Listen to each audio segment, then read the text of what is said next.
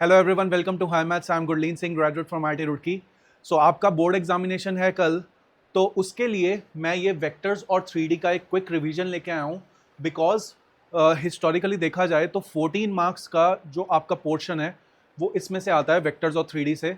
तो हमने continuity differentiability को डिस्कस किया, इंटीग्रल्स का एक क्विक रिवीजन किया 19 मिनट्स का, आप देख सकते हैं उसको भी मेरे चैनल पे। और वेक्टर्स और 3D हम इनको कंबाइन करके डिस्कस करने वाले हैं। इसके जितने भी कॉन्सेप्ट्स हैं जल्दी से जल्दी इसको डिस्कस करने की कोशिश करेंगे। सबसे पहले टाइप्स ऑफ वेक्टर्स में ड्वेल करने की इतनी ज़्यादा ज़रूरत नहीं है, आपको ये पता होना चाहिए कि यूनिट वेक्टर क्या होता है। अब यूनिट वेक्टर क्या होता है? Vector of unit magnitude is called the unit vector. अब यूनिट वेक्टर क्या होता है? This is the vector in the direction of a vector, this is called as a cap, और इसको हम ए कैप से डिनोट करते हैं। और ए कैप कैसे डिनोट किया जाता है? ए कैप की वैल्यू क्या होती है? This is A vector upon mod A. तो vector divided by its magnitude is given by the unit vector.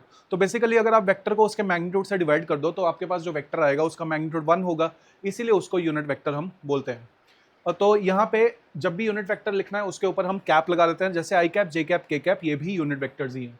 तो मॉड इसका 1 होता है। Unit vectors parallel to X axis, Y axis, Z axis are called as I, J, K cap.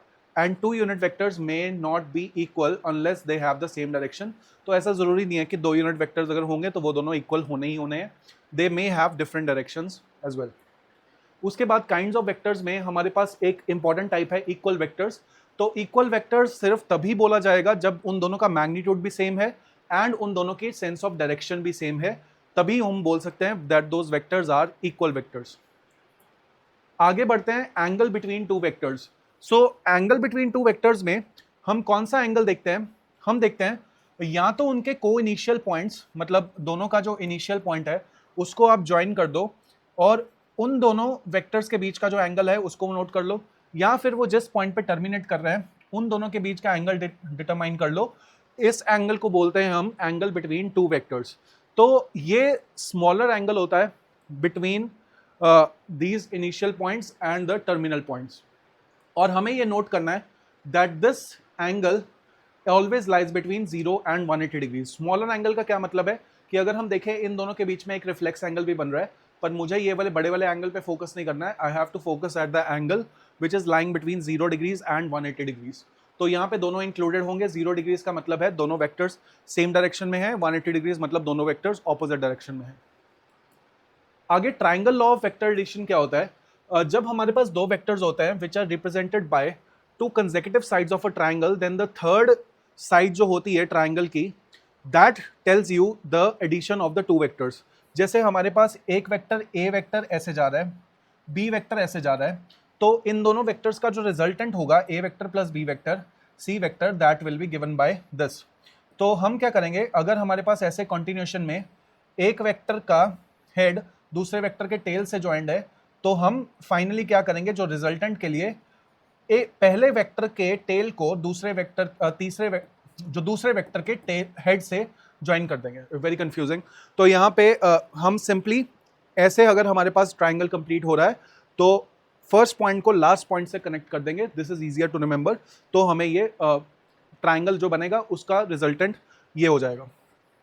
Now if A B vector is A vector, B C vector is B vector, A C vector is C vector, तो हमारे पास ये जो है this is the triangle law of vector addition. और इसी को हम आगे भी एक्सटेंड कर सकते हैं, जैसे कि लेट्स से पहला वेक्टर इधर है, दूसरा वेक्टर इधर है, तीसरा वेक्टर इधर है, चौथा वेक्टर इधर है, पांचवा वेक्टर इधर है। तो इन पांचों का जो रिजल्टेंट होगा वो पहले वाले के टेल से लास्ट वाले के हेड से ज्वाइन करने वाला वेक्टर होगा, इन सबका रिजल्टेंट।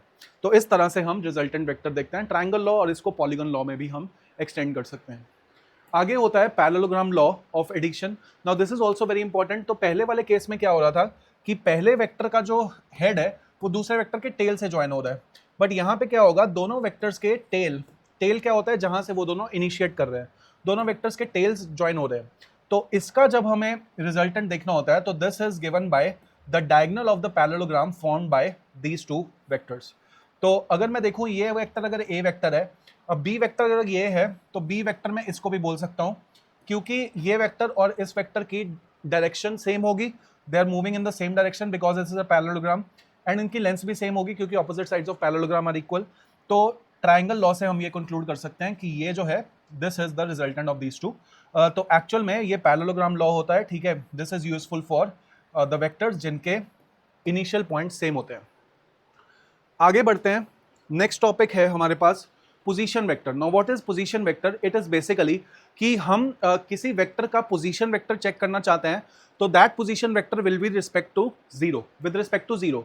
तो जैसे ये ए पॉइंट है, तो this O A vector is given by the position vector of A and this O B vector is given by the position vector of B. तो अगर आपको कुछ ऐसा बोल दिया जाए कि what is A B vector, right, if you have to find A B vector, तो हम इसको कुछ ऐसे लिखेंगे that this is equal to O B vector minus O A vector. तो ये चीज़ आपको याद रखनी है। ये चीज़ कई बार पूछी जाती है, जैसे कि ए बी वेक्टर अगर गिवन है तो इसको हम ओ B vector minus O A vector लिखेंगे। इस टाइप के क्वेश्चंस भी पूछे जाते हैं। तो position vector of x Y z point जो होगा that is in the form of Cartesian coordinates. ये वेक्टर फॉर्म में इसको ऐसे लिखेंगे x i plus y j plus z k cap. आगे बढ़ते हैं, multiplication of a vector by a scalar. तो जब किसी भी वेक्टर को हम स्केलर से मल्टीप्लाई करते हैं तो क्या होता है? तो सिंपली जो वेक्टर है, अगर उसको मैंने स्केलर से मल्टीप्लाई किया तो it doesn't make a difference कि आप उसको प्री मल्टीप्लाई कर रहे हो या पोस्ट मल्टीप्लाई कर रहे हो। It is simply m times A vector where m is a scalar. अगर हमने m into n times A vector कर दिया तो that is same as n times m times A vector या फिर mn टाइम्स ए वेक्टर। जब मैं m plus n times A vector कर रहा हूँ तो इसको मैं डिस्ट्रीब्यूट भी कर सकता हूँ, और अगर m times A vector plus B vector कर रहा हूँ तो इसको भी हम डिस्ट्रीब्यूट कर सकते हैं। So these are simple rules of scalar multiplication. अब जब डिस्टेंस बिटवीन टू पॉइंट्स हमें देखना होता है तो that is given by simply distance formula. तो जो डिस्टेंस फॉर्मूला आता है वो आता कैसे है? तो अगर हम देखें, ये ए बी वेक्टर है हमारे पास, where A point is this, B point is this, so this is O B vector minus O A vector. तो ये B vector minus A vector बन जाएगा। इसका जो मैग्नीट्यूड आएगा that will give you the distance between the two points. तो magnitude of any vector is given by under root I cap का coefficient का square, then J cap coefficient square plus के cap coefficient square. Simply अगर आपके पास एक vector ये है plus C K, then its magnitude is given by under root A square plus B square plus C square. तो यहाँ पे आप देख सकते हैं इसका कोएफिशिएंट आई कैप का ये है, जे कैप का ये है, के कैप का ये है। इन तीनों के स्क्वायर्स को हमने ऐड कर दिया। आगे बढ़ते हैं, collinear vectors. This is also very important task कि हमें ये समझना है कोलिनियर वेक्टर्स होते हैं कौन से हैं। कोलिनियर वेक्टर्स होते हैं जो एक डायरेक्टेड लाइन सेगमेंट के पैरेलल होते हैं। तो पैरेलल भी हो सकते हैं, ऑपोजिट डायरेक्शन में भी हो सकते हैं, एंटी पैरेलल भी हो सकते हैं। तो बेसिकली जैसे ये ए वेक्टर है, बी वेक्टर है, सी वेक्टर है, ये तीनों अगर मैं देखूं एक ही लाइन के पैरेलल है तो इसका मतलब ये तीनों कोलिनियर वेक्टर्स है। तो कोलिनियर का मतलब ये नहीं होता कि वो तीनों वो वेक्टर्स एक पॉइंट पे लाई करते हैं। Collinear is not the same as the collinear term which you be use in points. ठीक है, पॉइंट्स का मतलब होता है कोलिनियर कि वो एक लाइन पे लाई कर रहे हैं, बट यहाँ पे कोलिनियर वेक्टर्स का मतलब क्या है कि वो वेक्टर्स पैरेलल है। ओके, सो अगर दो वेक्टर्स पैरेलल हैं या कोलिनियर हैं तो एक वेक्टर को मैं k टाइम्स सी वेक्टर लिख सकता हूँ। If A vector is parallel to C vector तो ए वेक्टर को k times C vector and A vector को k टाइम्स बी वेक्टर लिख सकते हैं। अब क्योंकि इसकी डायरेक्शन उल्टी है तो यहाँ पे इस k की वैल्यू नेगेटिव होगी, इसके डायरेक्शन सेम साइड पे है तो इसमें k की वैल्यू ग्रेटर देन 0 होगी। सो कोप्लेनर वेक्टर्स क्या होते हैं? अब कोप्लेनर वेक्टर्स होते हैं ऐसे वेक्टर्स जो सारे के सारे सेम प्लेन में लाई करते हैं। ठीक है, सो दिस पार्ट मे और मे not be in your syllabus, but ये आपको एजर्शन रीजन में पूछा जा सकता है कि कोप्लेनर वेक्टर्स कैसे होते हैं, आपको कैसे पता लगेगा कि कोई वेक्टर्स कोप्लेनर है। तो बेसिकली कोप्लेनर वेक्टर्स के लिए हमारे पास एक स्केलर ट्रिपल प्रोडक्ट नाम की चीज होती है, but that is out of the scope of the our knowledge. अभी हमें उसको नहीं पढ़ना है, बस आपको ये पता होना चाहिए कि कोप्लेनर वेक्टर्स होते कौन से हैं। अगर उनके सारे डायरेक्टेड लाइन सेगमेंट्स एक ही प्लेन में लाई करें then those vectors are called as coplanar vectors. Okay, तो ये चीज आपको याद रखनी है कि अगर हमारे पास दो पैरेलल लाइंस हैं ये ऑलवेज कोप्लेनर हैं, एंड अगर दो इंटरसेक्टिंग लाइंस हैं ये भी ऑलवेज कोप्लेनर होंगी। तो parallel lines and intersecting lines are always coplanar. आप ऐसे इमेजिन कर सकते हैं कि अगर ये इंटरसेक्टिंग लाइंस है तो इनको बना के मैं ऐसे एक प्लेन बना सकता हूँ। पर जो लाइंस कोप्लेनर भी नहीं होती और पैरेलल भी नहीं होती, those lines are called as skew lines. इसको हम 3D ज्योमेट्री में डिस्कस करेंगे। आगे relation between two parallel lines. तो अगर दो लाइंस पैरेलल हैं तो आपके पास आपको सिंपली इसमें से क्या टेक अवे करना है, that if we have two vectors और ये दोनों वेक्टर्स एक दूसरे के पैरेलल हैं, so what you can do is a1 by b1 is equal to a2 by b2 is equal to a3 by b3। तो बेसिकली आई कैप वाले components, j cap वाले कंपोनेंट्स, के कैप वाले components, इनको हम divide कर देंगे, इन सबकी ratios जो है वो इक्वल आनी चाहिए। आगे बढ़ते हैं सेक्शन फॉर्मूला। अब सेक्शन फॉर्मूला क्या होता है कि लेट से हमारे पास ये बी वेक्टर है, this is B vector, this is A vector, और हमें लेट से ये सी वेक्टर के कोऑर्डिनेट्स निकालने हैं विच is in the ratio which is dividing this line segment in the ratio m:n, then this is simply given by the section formula जो हम सीखते आ रहे हैं क्लास 10 से, m times b vector plus n times a vector upon m plus n। Simply ऐसे हमारे पास ये सेक्शन फॉर्मूला से ये वेक्टर आ जाएगा जो इनको m/n में डिवाइड कर रहा है। एंड अगर यही रेशो एक्सटर्नली हो रही हो तो हम रेशो को m/n या n/m ले लेंगे, तो हमें बस उस रेशो को नेगेटिव लेना होता है। आगे बढ़ते हैं, products of vectors, very very important task. अब हमें प्रोडक्ट्स देखते हैं, तो सबसे पहला प्रोडक्ट होता है स्केलर प्रोडक्ट और द डॉट प्रोडक्ट। तो स्केलर प्रोडक्ट में क्या होता है कि जब हमारे पास दो वेक्टर्स होते हैं, हमें स्केलर प्रोडक्ट उनका देखना है, तो that is given by a dot b and this a dot B is given by mod a mod b cos theta. So this is basically your scalar product. mod a mod b cos theta is given as the scalar product, या फिर इसको dot product भी बोल सकते हैं। अब इसका जो आंसर आता है that is always a scalar, इसमें से वेक्टर वाला पार्ट एलिमिनेट हो जाता है, this becomes entirely a scalar. यहाँ पे जो थीटा होता है दैट ऑलवेज लाइज बिटवीन 0 से पाई के बीच में। तो अब स्केलर प्रोडक्ट या डॉट प्रोडक्ट के कुछ चीज़ें होती हैं जो आपको ध्यान में रखनी है। जो a डॉट बी है वो हमेशा एक रियल नंबर होगा।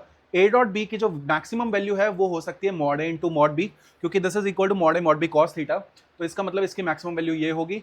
अगर a dot b greater than 0 है तो एंगल जो होगा दैट इज एक्यूट, अगर a dot b less than 0 है तो एंगल ऑब्ट्यूज होगा, और अगर a dot b equal to 0 है तो दोनों वेक्टर्स एक दूसरे के परपेंडिकुलर हो जाएंगे। Dot product of a zero and non zero vector is scalar zero. तो अगर हमारे पास जीरो वेक्टर है और एक कोई भी वेक्टर है, इन दोनों का डॉट प्रोडक्ट लेने पे हमारे पास स्केलर आ जाएगा, that is zero. If theta is angle between any two non zero vectors, तो कभी भी आपको दो वेक्टर्स के बीच में एंगल निकालने को पूछ लिया जाए, आपको डॉट प्रोडक्ट वाला फॉर्मूला यूज करना है। तो हमारे पास a डॉट बी होता है mod a mod b cos theta, तो cos थीटा की वैल्यू वहां से आ जाएगी a dot b upon mod a mod b। उसके बाद ज्योमेट्रिकल इंटरप्रिटेशन क्या होता है इस वेक्टर का, इससे हम प्रोजेक्शंस निकाल सकते हैं। तो प्रोजेक्शन किस तरह से निकलती हैं, this is an important task. जैसे अगर हम देखें a डॉट बी, तो a डॉट बी का क्या मतलब है, this gives you a into projection of b vector in the direction of a vector. तो अगर हम ये देखें, ये दिस इज b वेक्टर, अगर मैं देखूं mod b, this is the length mod b, अगर mod b का ये वाला कंपोनेंट देखा जाए तो this is mod b cos theta. तो a वेक्टर के मैग्नीट्यूड के साथ हमने b वेक्टर का जो प्रोजेक्शन है, जो कंपोनेंट है along the direction of a vector, उसको मल्टीप्लाई कर दिया। So this is basically the significance of our projection. तो अगर हम यहां से इसी फॉर्मूले से देखें, अगर मेरे पास प्रोजेक्शन मुझे निकालना है of b vector on a vector, तो हमारे पास ये फॉर्मूला बन जाता है a vector dot b vector upon mod a vector. तो जिसके ऊपर वेक्टर, जिस वेक्टर के ऊपर प्रोजेक्शन निकालना है उसको हम नीचे रखते हैं, तो इसको मैं ऐसे भी लिख सकता हूं b vector dot a cap, और अगर a वेक्टर का b वेक्टर के ऊपर निकालना है तो a vector dot b cap will be the projection. So this is very important, और इस पे क्वेश्चंस बहुत बार पूछे जाते हैं, 2-3 सेट्स में तो इसके क्वेश्चंस आ ही जाएंगे प्रोजेक्शन के। आगे scalar product in particular cases. अब हमें कुछ पर्टिकुलर केसेस देखना है। a dot B is equal to b dot a, ये प्रॉपर्टी याद रखनी है। अगर a dot b plus c हो रहा है तो उसको हम डिस्ट्रीब्यूट कर सकते हैं। अगर हमारे पास ऐसे एक कांस्टेंट है m a dot b vector, तो इसको m times a dot b vector या a vector dot m b vector भी लिख सकते हैं। अगर एंगल 0 है तो हमारे पास जो a डॉट b होगा that will be equal to mod a mod b cos theta, तो cos थीटा की वैल्यू cos 0 की वैल्यू 1 हो जाएगी, तो this will be just mod a mod b। और अगर थीटा की वैल्यू पाई है तो cos थीटा की वैल्यू -1 हो जाएगी cos 180 की, तो this will be equal to minus mod a mod b। अगर ये दोनों यूनिट वेक्टर्स हैं तो a डॉट b की वैल्यू क्योंकि mod a mod b दोनों की वैल्यू 1 हो जाएगी, तो this will be simply equal to cos theta. a dot a की जो वैल्यू होती है this is mod a square, this is very important. तो इसका मतलब क्या है कि अगर mod a वेक्टर मुझे देखना है तो this will be equal to under root of a dot a, और अगर दोनों वेक्टर्स परपेंडिकुलर हैं तो उनका dot product will be equal to 0। This is also very important thing. अब उसके बाद अगर हमारे पास i j k 3 unit vectors हैं तो i dot i, j dot j, k dot k ये सबकी वैल्यू 1 होगी, पर अगर इनमें से किसी भी एक वेक्टर को किसी दूसरे वेक्टर के साथ डॉट किया जाए तो that will be equal to 0। और अगर हमारे पास ये भी असर्शन रीजन के लिए एक अच्छा कंटेंडर है, अगर हमारे पास a dot C is equal to a dot B है, दिस डज नॉट इम्प्लाई कि b dot B is equal to C. मतलब कि अगर एक वेक्टर के साथ दो वेक्टर्स हैं, ठीक है, जिनका इंडिविजुअली उनके उस वेक्टर के साथ डॉट जीरो डॉट इक्वल है, दैट डज नॉट मीन कि वो दोनों वेक्टर्स भी आइडेंटिकल होंगे। तो यहां पे हमारे पास क्या आता है कि अगर मैं इसको ऐसे लिखूंगा a dot B is equal to a dot c, तो इसको इस साइड लेके आएंगे तो a dot b minus c is equal to zero. इसका मतलब क्या है कि या तो a वेक्टर जीरो हो जाएगा, या b vector is equal to C vector हो जाएगा, या इन दोनों वेक्टर्स का डॉट जीरो है, मतलब इन दोनों के बीच में एंगल जो है वो 90 डिग्री हो जाएगा। इन तीनों में से कोई भी कंडीशन अप्लाई हो सकती है। आगे बढ़ते हैं, scalar product in particular cases. तो अगर हमारे पास कुछ ऐसा है a डॉट बी, क्योंकि ये स्केलर ऑलरेडी हो चुका है, इसका डॉट हम दोबारा नहीं ले सकते, तो दिस इज नॉट डिफाइंड। अगर हमें लिखना है a vector plus b vector का होल स्क्वायर, तो इसको हम ऐसे लिखेंगे mod a square plus mod b square plus 2a dot b। और a vector minus b vector का होल स्क्वायर, या फिर इसको ऐसे भी कभी कभी लिखा आ सकता है, तो इसको हम लिखेंगे mod a square plus mod b square minus 2a dot b। a vector plus b vector dot a vector minus b vector is equal to mod a square minus mod b square. And अगर हमारे पास mod a plus b जो है that is equal to mod a vector plus mod b vector, then these two vectors must be parallel to each other. And अगर हमारे पास mod a plus b vector square is equal to mod a square plus mod b square, तो इसका मतलब ये वाला जो term है ये जीरो आ रहा है, which means these two will be perpendicular to each other. And अगर ये वाली चीज भी है, then also these two vectors are perpendicular to each other. पिछले साल इसका भी एक क्वेश्चन पूछा गया था, and I have included this in my MCQ वाले शॉर्ट्स, और MCQ वाले जो फुल लेंथ वीडियो है उसमें भी मैंने इस क्वेश्चन को इंक्लूड किया जो पिछले साल बोर्ड्स में पूछा गया था। आगे बढ़ते हैं, angle between the two vectors. तो बेसिकली वो ही उसको लिखने का फैंसी वे है कि अगर हम देखें एंगल जो होगा that is given by a dot b upon mod a mod b। Basically ये डॉट प्रोडक्ट से हमारे पास cos थीटा का फॉर्मूला बनता है। तो अगर हम a डॉट बी देखें, दोनों का डॉट निकालें, तो ये ऊपर वाला टर्म आएगा, और अगर नीचे वाले के मॉड देखें तो पहले का मॉड ये है, दूसरे का मॉड ये है। तो इस तरह से हमारे पास ये रिजल्ट बन जाएगा। अगर दोनों वेक्टर्स परपेंडिकुलर हैं तो ये न्यूमरेटर जीरो हो जाएगा, क्योंकि cos theta will be equal to zero, cos 90 is equal to zero. आगे हम देखते हैं what are the components of b vector along and perpendicular to A vector. अगर बी वेक्टर का मुझे कंपोनेंट देखना है अलोंग ए वेक्टर, तो हमें पता है कि ये जो प्रोजेक्शन वेक्टर है हमने अभी निकाला था, that is given by b vector dot a cap.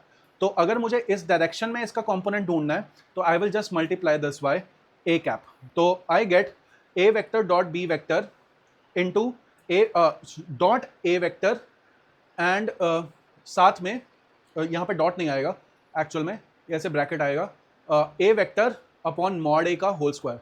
अब component perpendicular to A vector is O N vector. अगर हम ये वाला वेक्टर निकालना है तो इस वेक्टर को हम कैसे निकालेंगे, we will find this with the help of triangle law. ये जेई में भी एक बार क्वेश्चन पूछा जा चुका है, तो ये क्वेश्चन आने की भी संभावना है कि आप क्या करिए कि आपको ये वाला वेक्टर पता है, आपको बी वेक्टर पता है, can you find this vector. तो आप सिंपली इन दोनों वेक्टर्स को, this is O N vector, तो हमें पता है कि ये वेक्टर भी ओ एन वेक्टर के इक्वल ही होगा। तो अगर हम यहाँ पे ट्राइंगल लॉ लगाएं तो O M plus O N vector is equal to B vector, तो O N vector will be B vector minus this vector, तो जिसको हम यहाँ पे पुट कर देंगे। आगे बढ़ते हैं, वेक्टर प्रोडक्ट या फिर क्रॉस प्रोडक्ट जिसको बोला जाता है। तो क्रॉस प्रोडक्ट में क्या होता है कि this is a vector product, तो इसमें जो रिजल्ट आता है that is a vector quantity. तो A cross B is given by mod A mod B sine theta. यहीं पे तक नहीं लिख के आना है, इसके साथ एक एन कैप भी आता है। Now what is this n cap? This is a unit vector which is in the direction of a cross b which is perpendicular to both the planes of A and b. तो यहाँ पे इसको visualise करना थोड़ा सा मुश्किल है। ये ए और बी जो है ये एक प्लेन में है, तो ए क्रॉस बी जो है ये बाहर वाले प्लेन में आ रहा है, तो A cross B is outside the plane of these two, A vector and B vector. अब अगर हम देखें इसकी प्रॉपर्टीज, तो ए क्रॉस बी जो होता है that is not equal to b cross a. In fact ये जो होता है एक दूसरे के नेगेटिव टर्म्स होती हैं, A cross B is equal to minus B cross A. अगर कोई स्केलर है तो हम उसको ऐसे एडजस्ट कर सकते हैं, अगर ऐसे है तो हम इसको इस तरह से डिस्ट्रीब्यूट कर सकते हैं, कोई प्रॉब्लम नहीं है। अगर ए और बी वेक्टर्स दोनों एक दूसरे के पैरेलल हैं, मतलब थीटा जो है या तो जीरो है या पाई है, तो ए क्रॉस बी की वैल्यू जीरो हो जाएगी। बट अगर इसका कन्वर्स ट्रू है तब हम बोलेंगे या तो ए वेक्टर जीरो है या बी वेक्टर जीरो है, या फिर ये दोनों पैरेलल है। और अगर किसी वेक्टर का उसी के साथ क्रॉस कर दिया जाए then it will always give you zero, क्योंकि उन दोनों के बीच में एंगल जो है वो जीरो हो जाएगा। अगर दो वेक्टर्स परपेंडिकुलर हैं तब हमें पता है कि sin 90 की वैल्यू कितनी हो जाएगी, this value will be equal to 1. तो this means A cross B will be equal to mod A mod B और यहां पे आएगा n कैप. तो हमारे पास ये अगर यूनिट वेक्टर्स हैं तो हमें ये पता होना चाहिए कि I cross I, J cross J, K cross K this will be equal to 0. पर अगर I J J K K I इनको अगर क्रॉस करना है तो साइक्लिक ऑर्डर में ये प्लस होता है. जैसे अगर हम देखें if this is I, this is J, oh sorry यहाँ पे उल्टा साइकिल चलाया हुआ है, तो यहाँ पे अगर I है यहाँ पे J है तो साइकिल ऐसे चल रहा है. तो I J K, तो I cross J will give you K, J cross K will give you I, K cross I will give you J. पर अगर उल्टा चलेंगे तो अगर हमारे पास I क्रॉस K है that will give you minus J, K cross J minus I and J cross I minus K. और अगर हमें यूनिट वेक्टर ढूंढना है perpendicular to A and B, this is crucial. अगर यूनिट वेक्टर ढूंढना है which is perpendicular to both A cross B, this is given by A cross B upon mod of A cross B with a plus minus sign. और अगर हमें देखना है theta which is the angle between A vector and B vector, then sine theta is given by mod A cross B upon mod A mod B. तो angle निकालने के लिए हमारे पास cos थीटा वाला फॉर्मूला भी होता है और साइन थीटा वाला फॉर्मूला भी होता है, तो कोई भी आप यूज कर सकते हैं, डॉट प्रोडक्ट या फिर क्रॉस प्रोडक्ट. और अगर थीटा एंगल है तो ये चीज को हम डिस्कस कर चुके हैं. एंड अगर हमें A क्रॉस B फाइंड करना है, अगर हमें दो वेक्टर्स इस फॉर्म में गिवन है तो हम इस तरह से डिटर्मिनेंट बना के A क्रॉस B निकाल सकते हैं. I J K को ऊपर लिखा जाएगा, A1 A2 A3 B1 B2 B3 को लिखा जाएगा. So I will get this on expanding the determinant. आगे बढ़ते हैं. Geometrical interpretation of vector product या फिर क्रॉस प्रोडक्ट क्या होता है. तो this gives you the area of the parallelogram जिसकी दो एडजेसेंट साइड्स ये A vector and B vector हैं. तो this gives you the area of the parallelogram which has these two sides A vector and B vector. और जबकि एक अगर quadrilateral आपको given है which is not a standard parallelogram or any other quadrilateral जिसके अगर diagonals given है then it will give you half D1 cross D2 will give you the area of this quadrilateral.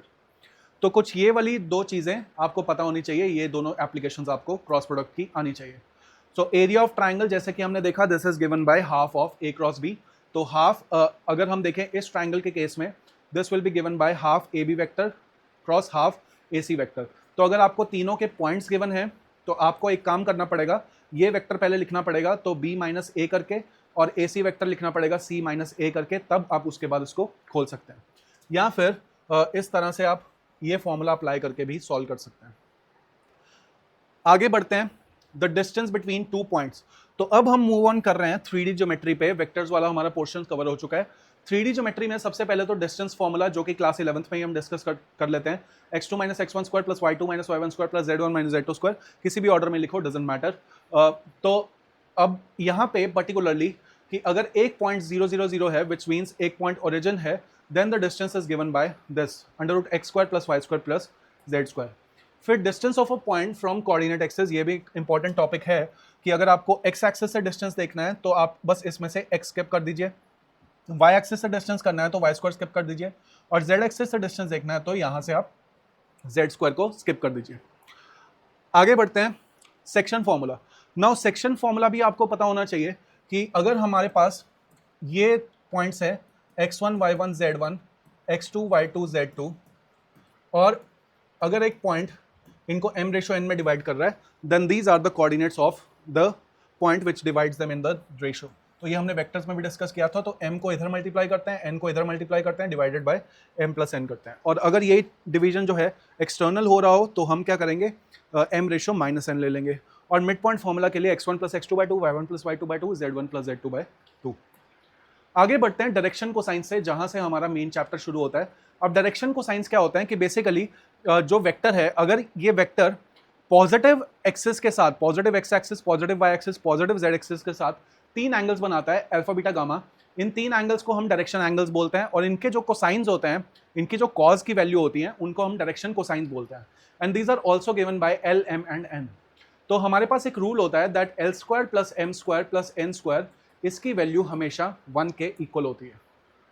तो ये चीज आपको ध्यान में रखनी है कि अगर एक line alpha beta gamma angles बनाती है तो डायरेक्शन कोसाइंस या तो ये होंगे या फिर इनके नेगेटिव होंगे. तो ये इनसे जो कनेक्ट होके इनको जो ज्वाइन करके हमारा एक वेक्टर बनता है which is cos alpha i cap, cos alpha, cos beta j cap, cos gamma k cap, which is l i plus mj plus nk, this is a unit vector along the direction of this vector. तो this is the characteristic of this direction cosine कि इनसे मिला के जो हमारा एक vector बनता है that is always a unit vector in this direction. अब अगर हमारे पास एक वेक्टर है, हमें ये वेक्टर गिवन है, this makes alpha beta gamma with the positive direction, तो हम ऐसा बोल सकते हैं कि ये जो cos alpha है that is equal to a1 by mod a and ये जो है cos beta that is a2 by mod a and cos gamma है that is a3 by mod a, और इनके सबके cos स्क्वायर को ऐड करेंगे तो you will get 1. और ये भी चीज़ आपको याद रखनी है कि इनके अगर साइन स्क्वायर को ऐड करेंगे आई विल गेट 2. इन सबको 1 minus sine square alpha 1 minus sine square beta 1 minus sine square gamma लिख के हम इस रिजल्ट तक पहुंच सकते हैं. अब डायरेक्शन को साइंस एक्स एक्सिस के ये होते हैं 100 या माइनस 100. वाई एक्सिस के केस में सिर्फ वाई वाला पार्ट प्रेजेंट होगा, जेड एक्सिस के केस में सिर्फ जेड वाला पार्ट प्रेजेंट होगा. अब डायरेक्शन रेशियोज क्या होते हैं? These are three numbers which are proportional to direction cosines and they can be any infinite number of हमारे पास डायरेक्शन रेशियोज हो सकती हैं. तो basically L by A, M by B, N by C, तो this will be equal to lambda. जैसे जैसे आप lambda की वैल्यू चेंज करते जाएंगे बस नॉन जीरो होनी चाहिए. I will keep getting different different direction ratios. तो L square plus M square plus N square है जो है इसकी वैल्यू 1 होती है और इससे हमें पता लगता है कि what is the value of lambda which we are getting. तो अगर हम देखें यहाँ से L की वैल्यू A लैम्डा है, M की वैल्यू B लैम्डा है, N की वैल्यू C लैम्डा, तो आई विल गेट सिंपली कि इसकी लैम्डा की वैल्यू वापस से सब्स्टिट्यूट करके I will get my direction ratios and direction cosines. इनके बीच में ये रिलेशन होता है बिटवीन दीज टू. तो basically L will be equal to A upon root A square plus B square plus C square. M के case में यहाँ पे B वाला पार्ट आएगा, नीचे मैग्नीट्यूड आ जाएगा, और N के केस में यहाँ पे C आएगा और नीचे root A square plus B square plus C square आएगा. तो डायरेक्शन रेशियोज जो होते हैं दीज आर नॉट यूनिक, ये कितने भी हो सकते हैं, इन्फाइनाइट नंबर हो सकते हैं, बट डायरेक्शन को साइन सिर्फ दो ही होंगे, या तो LMN या फिर minus LMN, minus L minus M minus N. और एक वेक्टर जो है along the direction ratios this can B AI plus BJ plus CK, और बहुत सारे वेक्टर्स हो सकते हैं. जैसे अगर एक मुझे लाइन को ज्वाइन करने वाला वेक्टर देखना है और डायरेक्शन रेशियो देखना है तो उस डायरेक्शन रेशियो को मैं ऐसे लिख सकता हूँ x2 minus x1, y2 minus y1, z2 minus z1. तो this will be the direction ratio of a line. तो जब मुझे एंगल बिटवीन टू लाइंस निकालना है, दिस इज सिंपली अगर मेरे पास डायरेक्शन रेशियोज हैं उस लाइन के, तो I can simply find the dot product of these two vectors and simply find the angle between these two vectors. तो ये डॉट प्रोडक्ट से हमारे पास ये वाला रिजल्ट आ जाता है. आगे बढ़ते हैं. अगर डायरेक्शन को साइंस है L1 M1 N1 and L2 M2 N2, तब हम एक्यूट एंगल को डायरेक्टली ये लिख सकते हैं cos theta is equal to L1 L2 plus M1 M2 plus N1 N2. और नीचे आप देख सकते हैं कि हमारे पास मॉड आएगा ऑफ दीज वेक्टर्स. अब क्योंकि डायरेक्शन को साइंस है, इनका जो मॉड है वो हमेशा 1 आएगा, तो दैट मीन्स नीचे 1 1 आ जाएगा, वो यहाँ पे लिखने के लिए ज़रूरत नहीं है. अब स्ट्रेट लाइन्स की कौन कौन सी फॉर्म होती है? एक होती है सिमेट्रिक फॉर्म. अगर एक straight line x1 y1 z1 से पास कर रही है और उसके dr जो हैं that are a b c, तो x minus x1 upon a, y minus y1 upon b, z minus z1 upon c is equal to lambda. एक चीज़ का ध्यान रखना है, कभी आपके पास इस तरह से लाइन लिखी हो लेट से, तो आपको सबसे पहले इस y का कोएफिशिएंट 1 बनाना है. तो इसको सबसे पहले आपको लिखना है y माइनस हाफ अपॉन ऊपर नीचे 2 से डिवाइड किया अपॉन 3/2. तो सबसे पहला काम आपको इसको इस तरह से कन्वर्ट करना है. या फिर ऐसे आपको लाइन लिखी हो 1 माइनस वाई अपॉन माइनस 2, तो इसको y माइनस 1 की फॉर्म में लिखना है y माइनस 1 अपॉन 2. फिर ही हम ये x1 y1 z1 और a b c को जज कर पाएंगे. आगे बढ़ते हैं. अगर हमारे पास कोई भी पॉइंट है लाइन के ऊपर, अगर हम लेना चाहते हैं, तो बेसिकली आप क्या कर सकते हैं, आप इन तीनों को लैम्डा से इक्वेट कर सकते हैं. आपने जैसे ही इन तीनों को लैम्डा से इक्वेट किया, x minus x1 upon a को लैम्डा से इक्वेट किया, x की वैल्यू आ जाएगी. y minus y1 upon lambda b को लैम्डा से इक्वेट किया तो y की वैल्यू आ जाएगी. सिमिलरली z की वैल्यू आ जाएगी. अब जो डीसीज होते हैं लाइन के, उनको भी हम नीचे लिख सकते हैं LMN की फॉर्म में. ए बी सी की जगह हम डीसीज को भी लिख सकते हैं. अगर हमें एक स्ट्रेट लाइन की इक्वेशन चाहिए जो 2 पॉइंट से पास कर रही है, तो नीचे वाले डायरेक्शन रेशियोज की जगह यहाँ पे तो आप कोई भी पॉइंट लिख सकते हैं, x1 या x1 y1 z1 या x2 y2 z2. नीचे वाले डायरेक्शन रेशियोज की जगह x2 minus x1, y2 minus y1, z2 minus z1 आप लिख सकते हैं.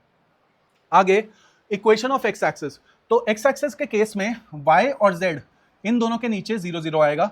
y एक्सिस के केस में x और z के केस में 0 0 आएगा. z एक्सिस के केस में z को छोड़ के बाकी दोनों के नीचे 0 0 आएगा. तो 0 रिप्रेजेंट करेगा कि लाइन जो है ये परपेंडिकुलर है इन दोनों एक्सिस के. तो अगर लाइन किसी एक्सिस के परपेंडिकुलर होती है, उसके ये वाले जो हैं इसके नीचे ये वाले टर्म्स 0 हो जाते हैं. जैसे ये x एक्सिस और y एक्सिस दोनों के परपेंडिकुलर है, तो इसके नीचे दोनों जगह 0 आ जाएगा. और अगर मैं ये देखूं, ये वाली जो लाइन है, this can be written like this, x minus two upon three y plus one upon minus two. अगर simply z is equal to two लिखा है तो z minus two upon zero लिख सकते हैं, ताकि इसको अगर लैम्डा से इक्वेट भी करेंगे तो I will always get z is equal to two. Now this line is perpendicular to the z axis and parallel to the xy plane at a distance of 2 units. तो ये भी आपका assertion reason का एक बहुत ही अच्छा contender है। ये भी पूछा जा सकता है कि जीरो कब रिप्रेजेंट करता है, ऐसा आई डोंट थिंक बहुत बार पूछा गया है, but this can also be asked. आगे फुट ऑफ परपेंडिकुलर। अब फुट ऑफ परपेंडिकुलर किस तरह से निकालते हैं, इसका एक मेथड होता है कि हम क्या करते हैं, हमारे पास लेट्स से यहाँ पे एक पॉइंट है 1,2,3 and this is a line which is x minus 3/5 is equal to y minus 2/1 is equal to z minus 1/2 is equal to let's say lambda. तो हम क्या करेंगे, सबसे पहला काम, हम यहाँ पे इस पॉइंट को कुछ मान लेंगे लैम्डा की टर्म्स में। तो इसको जब उधर लेके जाएंगे तो x की वैल्यू आ जाएगी 5 लैम्डा प्लस 3, y की वैल्यू आएगी लैम्डा प्लस 2 एंड z की वैल्यू आएगी 2 लैम्डा प्लस 1। अब फुट ऑफ परपेंडिकुलर के लिए हम क्या करेंगे, ये हमारे पास एक पी क्यू वेक्टर आएगा। Now this P Q vector is given bye Q vector minus P vector. तो इन दोनों को सब्ट्रैक्ट किया तो I gate 5 lambda plus 2 I cap plus lambda J cap plus 2 lambda minus 2 के कैप। तो this is your P Q vector.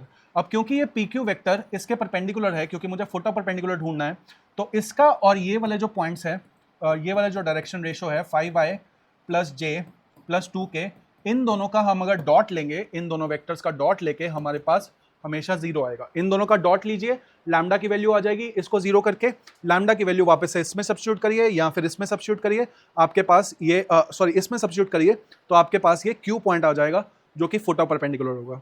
अब एक step आपको अहेड जाना है मिरर इमेज निकालने के लिए। तो इमेज में आपको क्या करना है कि अगर ये वेक्टर आपको पता है, आपने फुट ऑफ परपेंडिकुलर निकाल लिया, तो ये वेक्टर आपको नहीं पता है, this vector you know, this vector you know, इन दोनों का mid point will be this vector. तो आपको मिड पॉइंट फॉर्मूला लगा के you have to find simply this vector.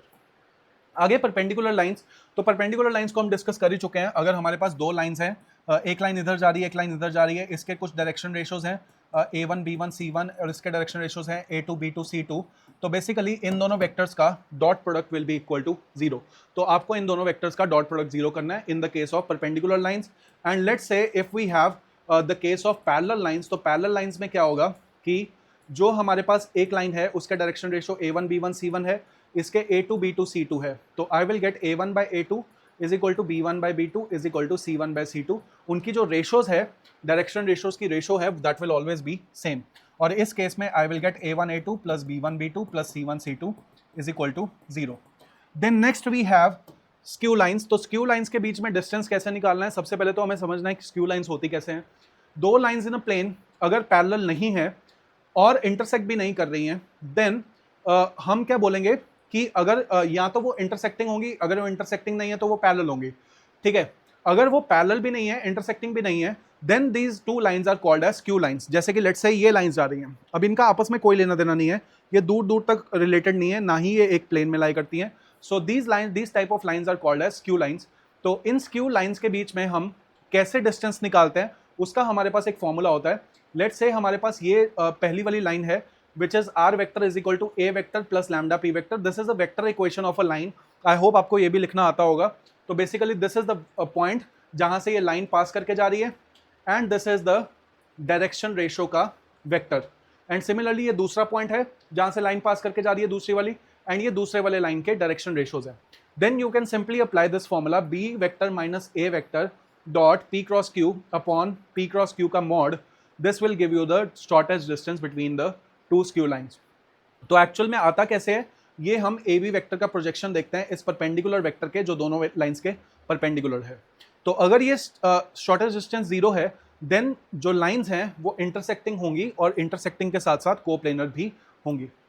उसके बाद अगर दोनों लाइंस पैरेलल हैं, तो जैसे कि हम यहाँ पे देख सकते हैं कि एक अगर लाइन है, let's say this line is u vector plus lambda time c vector, और दूसरी लाइन है b vector plus lambda times c vector, then I can apply this formula a vector minus b vector cross c vector upon mod c vector to find the distance between two parallel lines. So this is the case 2 जिसमें हम distance between two parallel lines निकालते हैं। तो पहला वाला case हमने देखा था स्क्यू लाइंस वाला, this is the distance between two parallel lines. अब उसके बाद नेक्स्ट टॉपिक जो लास्ट टॉपिक है दैट इज इंटरसेक्टिंग लाइंस। कभी आपको पूछा जा सकता है कि आप बताओ whether these lines are intersecting और नॉट, या फिर कैसे कैसे इंटरसेक्ट कर सकती हैं।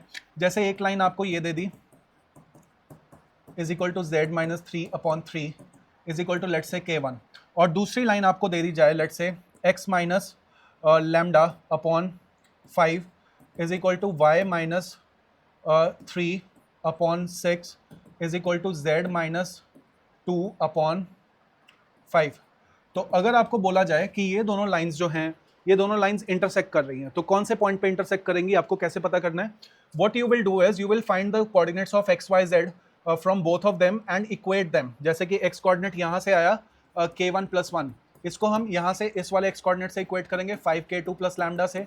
सिमिलरली एक्स का कोऑर्डिनेट यहाँ से आएगा 2k1+2, और यहाँ से एक्स का कोऑर्डिनेट आएगा 6k2+3, यहाँ से x का कोऑर्डिनेट आएगा 3k1+3, और यहाँ से x का कोऑर्डिनेट आएगा 5k2+2। तो इन दोनों को सॉल्व करके you will find the values of k1 and k2। जैसे k1 और k2 आएंगी हमें ये पॉइंट ऑफ इंटरसेक्शन मिल जाएगा, और हमें ये भी पता लग जाता है कि ये वाला पॉइंट क्या होगा जहाँ से ये लाइन पास करके जा रही होगी, दूसरी वाली। सो this is all about vectors and 3D। So this was all from my and for your revision. अब मैं कुछ शॉर्ट्स अपलोड करता रहूँगा for your preparation. So I hope that आपका कल का पेपर बहुत अच्छा जाए, and this is the last paper. जो लास्ट PCM में जो मेन पेपर होता है उसमें से ये लास्ट पेपर है, एंड आई होप कि जितने मार्क्स आप चाहते हैं उतने नंबर आपके आएँ, and after that I hope that you are ready for your JEE attempt of April as well. So stay tuned for more videos. अभी JEE का भी हम कॉन्टेंट लेके आएंगे। Thank you for watching, like the video and subscribe the channel.